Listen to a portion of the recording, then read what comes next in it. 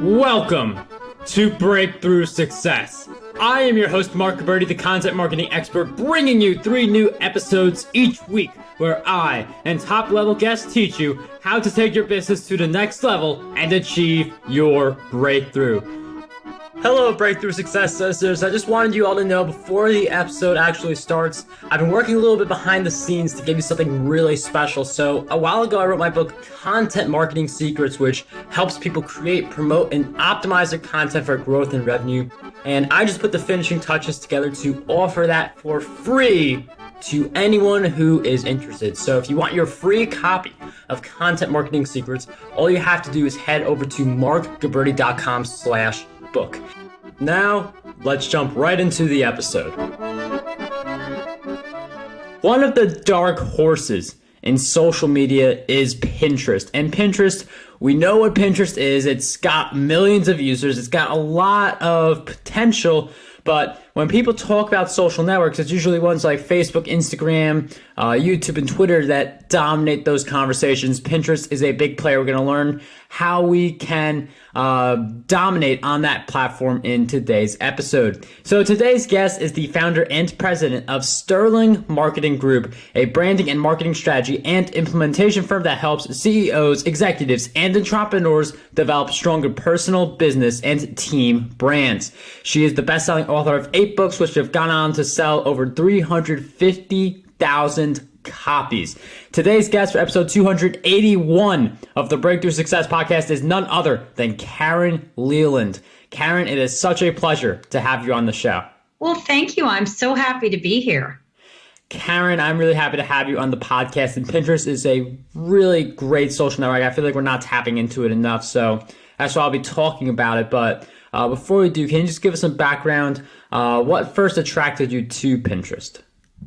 Well, it's funny because I was in Vietnam giving a speech, and I got a phone call, a voicemail on my cell phone from somebody saying, "Hi, I'm an agent and I work with Entrepreneur Press, which is the publishing arm of Entrepreneur magazine, and they're interested in having you write a book for them. Could you give me a call?"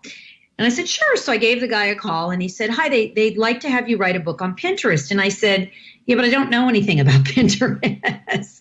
And he said, "Yeah, but they know that you're an expert in social media, and they know that you're a journalist and a researcher. So they'd like to know, would you be like to research and write that book?" And I thought, and Pinterest was really just coming to the fore at the time. It wasn't quite where it is today. It was just cresting. It was just hitting that mark.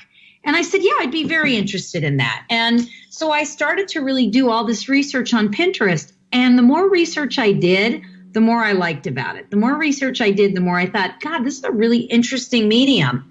And so I started to not only use Pinterest, but to have my clients use it. And I started to research it. And the deeper I got into it, the more interesting I thought it was. And then I wrote the book. So there you have it.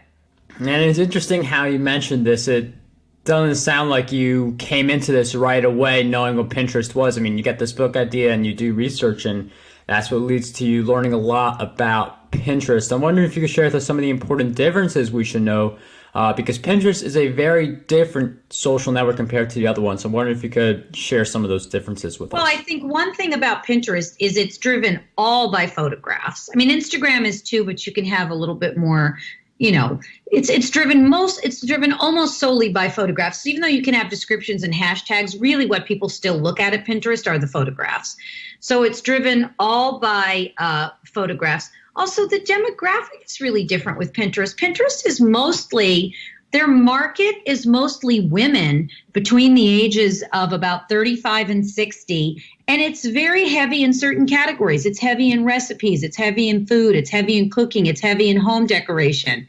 It's heavy in inspirational and quotation. So unlike some of the other social media platforms, it's very particularly focused in those ways. And I mean, I really like the idea of photo focused. I mean, I feel like we should all be using photos on all of our various social networks, with Pinterest being something really like you really have to be using photos on Pinterest because that's the only way you can really post something there. Regarding for content creators who are looking to get a boost for their exposure, how can we get traffic to our content and grow our email lists using Pinterest? Well, the thing is one of the real tricks with that is to really create segmented boards. So what happens is that, let's say that you are an interior designer and you want to drive traffic to your website. Rather than just having an interior design board called, colors I like or chairs, you can get very, very specific. So you might be, chairs for office chairs, have a board that's office chairs, just the board that's chairs. The more you segment and the more specific your boards are, and the more keywords you use in describing your boards and in naming your boards, the more when people are searching for that particular thing, then the greater the chance of them finding you. And so one of the things is you just want to be narrowing it down and really thinly slicing what you're offering in terms of the boards you create. And again, naming them things very specifically that people are looking for. Let me give you an example. Whenever I go traveling, I always like to see what's going on fashion-wise in that area. So if I was in Paris in May earlier this year, and I've been to Paris many times, but I hadn't been in a while. So I literally went into Pinterest and I went, what to wear in Paris in the spring. And the boards that had Paris fashion in the spring or clothing Paris in the spring, that's what came up. So it's very similar to how we would use a Google search. It's that the more specific you can be, the more a chance you're going to have of getting that audience who's looking for you. And then there's the greater chance that they'll follow the pin through to your website and you'll drive traffic to your website. And I really like that idea of having segmented boards because people with different interests will want your content on different areas, but Pinterest really allows you to have that segmentation feature, while on other social networks like Twitter, Facebook, Instagram, pretty much all of them, it's more of a chronological order, while on YouTube there is some segmentation, but Pinterest you really see a lot of segmentation possibility.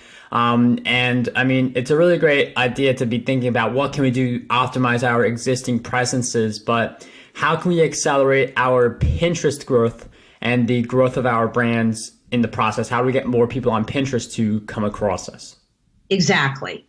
And then again, that's a pretty simple thing, but it just works really, really well to do that.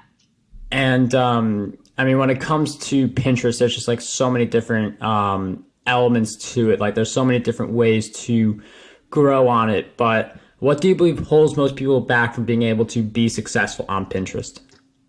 Well, again, it's the quality of their images. A lot of people, I always tell people, if you want to go really serious on Pinterest, then you should be going out, taking an iPhone photography class and learning to shoot. Because, and no one has any excuses today, given how fantastic the cameras are that are built into the iPhone and even the Google. So many cameras just today are incredible. The cameras in our phones are unbelievable today. And so I think it's the quality of those images that often create a problem for people. And I mean, I agree that the image quality is very important, and it's good to have a camera like an iPhone or a Google or something like that. What would you recommend for someone who isn't in an area where they could take a lot of shots and just needs to get content out? Do you recommend just taking shots at any random moment more than you need, or do you recommend like creating images somewhere like Canva? I think creating images on something like Canva is a great idea because it allows you to also add words to it, dialogue to it, and that's very, very helpful sometimes. But, I've got to tell you, being someone who photographs, if we always have this saying as photographers, the best camera is the one you have with you. So by really learning your iPhone or whatever camera you have on your phone, by really learning what it can do, by using apps, because apps are amazing, you can literally take pictures anywhere. I mean, I was in a ghost town the other day.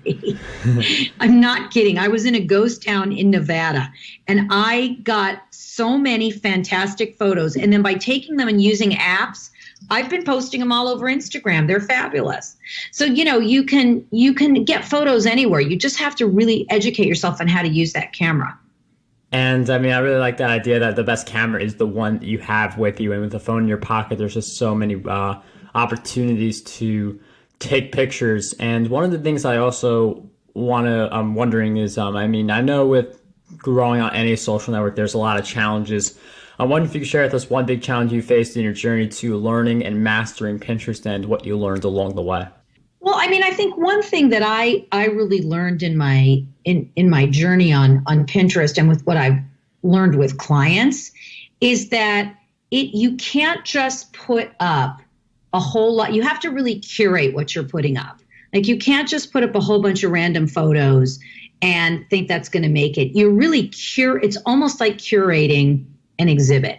Each board has to be very, very carefully curated so that each board creates a brand message, and then all those boards together create a bigger brand message. That was the big learning curve for me with Pinterest. And I really like how you're being very conscious with the boards and what each one represents, and having that whole overarching idea instead of just creating boards for the fun of it or pinning for the fun of it and not really having them connected to a bigger strategy. I really like that approach. And I know you've mentioned your book a little bit. I know you have another book that we should definitely talk about as well, the brand mapping strategy, design, build, and accelerate your brand. I'm wondering if you can, in addition to those books I mentioned, share 3 books that you believe will have a positive impact on us. Yeah, well, the brand mapping strategy, design, build, and accelerate your brand was the book that I wrote after Pinterest, by the way, with the same company, Entrepreneur Press.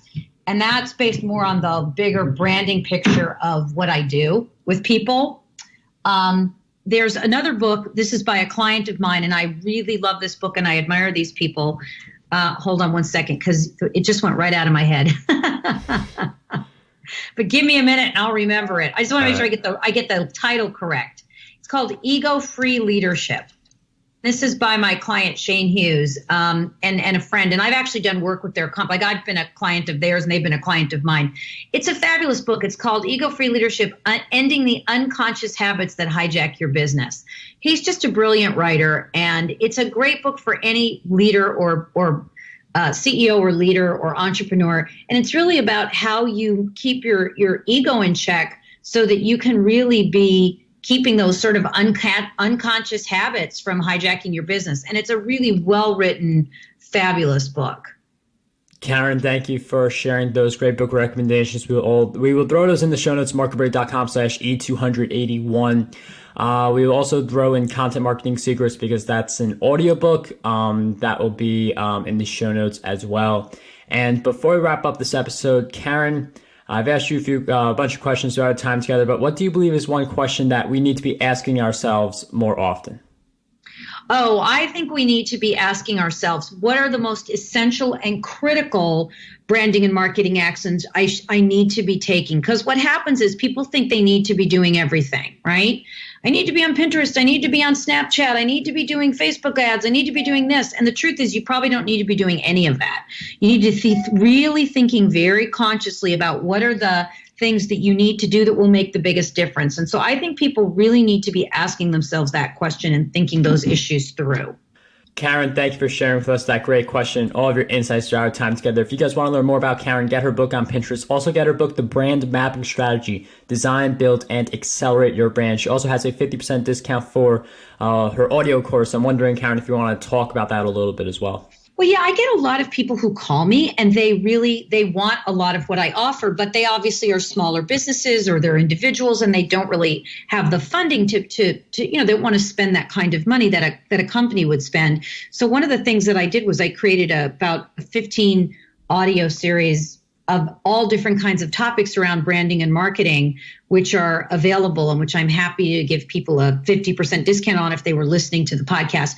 What they should do if they're interested in that is email me directly at Karen@KarenLeland.com, or they can go to my website and just fill out the contact form. And all they have to say is that they heard me on your show, and I will send them a full sheet of what the audios are that are available and give them a 50% discount. Karen, thank you for sharing that resource with us and all of your insights throughout our time together. It was such a pleasure to have you on Breakthrough Success. Marc, thank you so much. I really appreciate it. How does over 100 retweets per day sound to you? My free ebook, 27 Ways to Get More Retweets on Twitter, has you covered. I use the methods within this ebook to get over 10,000 retweets every single quarter. To learn